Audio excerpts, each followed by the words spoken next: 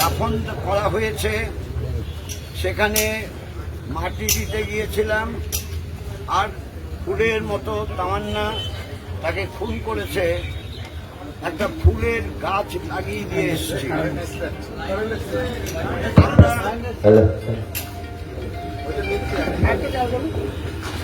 আমরা দাবি করেছি, শাস্তি চাই। তার পরিবার থেকে 24 জনের নাম বলা হয়েছে। এই 24 জন এই ব্যাপারেতে যুক্ত, তাদের 9 জনকে গ্রেপ্তার করেছে। এখনো এই পরিকল্পনার, তামান্নাকে পৃথিবী থেকে সরিয়ে দেওয়ার পরিকল্পনার মূল যারা নাকি আসামি, তাদের সবাইকে এখনো গ্রেপ্তার করা হয়নি।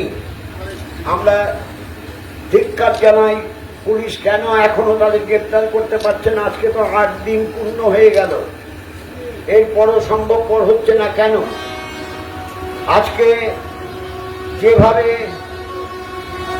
নারীদের ওপর অত্যাচার শুরু হয়েছে,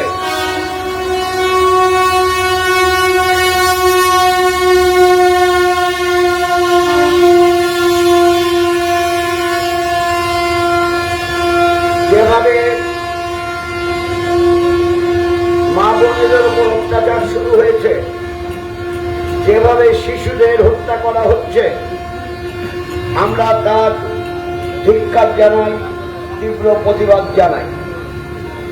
আপনারা এই রেল গেটের সামনে যে অবস্থান করছেন, এই অবস্থানকারীদের আমরা অভিনন্দন জানাই। একই সময়ে আমরা রাজ্য বামফ্রন্টের প্রতিনিধিদের পক্ষ থেকে একটা কথা বলতে পারি, আমাদের রাজ্যে মানুষের অধিকার প্রতিষ্ঠা করার জন্য, আমাদের মানুষের নিরাপত্তা সুরক্ষিত করার জন্য আরো বেশি মানুষ, বেশি যুব, বেশি শ্রমিক, বেশি কৃষক, তাদের সঙ্গে আমাদের সখ্যতা তৈরি করা প্রয়োজন।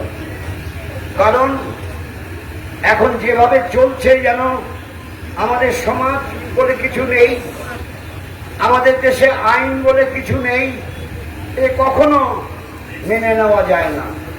তাই আমি আপনাদের কাছে অনুরোধ করব, তামান্নার সুবিচার চেয়ে, তামান্নার ছবি এখানে রেখেছেন শহীদ আজম, তামান্নার ছবি এখানে রেখেছেন শহীদ আজম ভগৎ সিং এর ছবি এখানে রেখেছেন। তামান্না ছোট হলেও এ কথা অবশ্যই বলবো যে তামান্নাকেও শহীদ করা হয়েছে। ছোট্ট মেয়েটা স্কুলে ভালো রেজাল্ট করত, পড়াশোনায় ভালো ছিল, হেডমাস্টার মশাই তাকে প্রশ্ন করলে সব জবাব দিত, আর সঙ্গে সঙ্গে বলতো, এবার অন্য বন্ধুদের তুমি সব কথার প্রশ্নটা তুলে উত্তর দাও, আমি শুনব। তার মানে এটা পরিষ্কার বোঝা যায় তামান্না মেধাবী ছাত্রী ছিলেন, মেধাবী ছাত্রী ছিল, এ ব্যাপারে কোনো সন্দেহ নেই। এবং তামান্নার স্বপ্ন ছিল ডাক্তার হওয়ার। এ অদ্ভুত, ডাক্তার কি করে হবে? তাকে এই কম বয়সে পৃথিবী থেকে সরিয়ে দেবে যারা, তাদের আমি মানুষ বলতে রাজি না। মানুষের মতো দেখতে যারা হয় তারা সকলে মানুষ হয় না, তাহলে অমানুষ কাকে বলবো?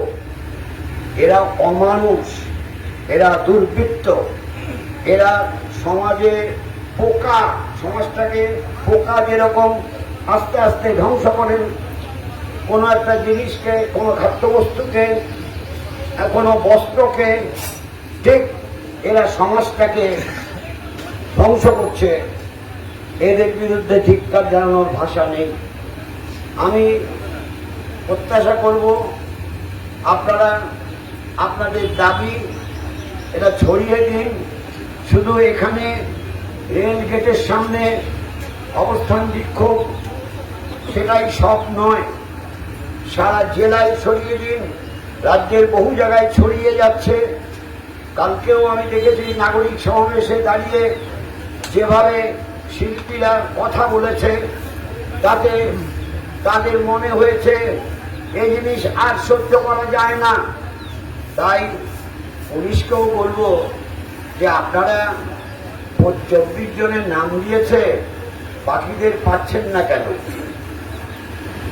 ওদের সঙ্গে কথা বলার সময় বলেছি আজকে অনেকগুলো বোমা পাওয়া গেছে, পাটের ক্ষেতে বোমা সরিয়ে রাখা 2 বস্তা বোমা নাকি এসছিল। এখন পুলিশ থেকে বলা হচ্ছে বোমা যখন আপনারা পেয়েছেন আমাদের খবর দেওয়া উচিত ছিল। আমি পুলিশকে বলবো এটা আপনারা একটু মন দিয়ে শুনে নিন। ওই বোমা উদ্ধার করার দায়িত্ব তো আপনাদের, আপনারা করছেন না বলেই এলাকার মানুষ তারা এখানে সেখানে উঁকি ঝুঁকি মেরে পাটের ক্ষেত থেকে সেখান থেকে বোমা উদ্ধার করে নিয়ে এসছে, গলিগুপ্তির মধ্য থেকে বোমা উদ্ধার করে নিয়ে এসছে। এই পরেও কি আবার বলতে হবে যে যাদের যা কাজ তারা যদি না করে তাহলে মানুষ বাঁচবে কি করে? তাহলে সমাজে স্বাভাবিক জীবনযাত্রা নির্বাহ কি করে হবে? তাই আপনারা যে অভিনন্দনযোগ্য কাজ করছেন যুবদের নিয়ে আপনাদের অভিনন্দন জানাই। আপনারা এটা ছড়িয়ে দিন প্রত্যাশা করি এবং তমান্নার পরিবারের পাশে আরো বেশি মানুষকে যুক্ত করার জন্য আপনাদের এগিয়ে আসতে হবে প্রত্যাশা করে আমার কথা এখানে শেষ করছি। ইনকলাব জিন্দাবাদ।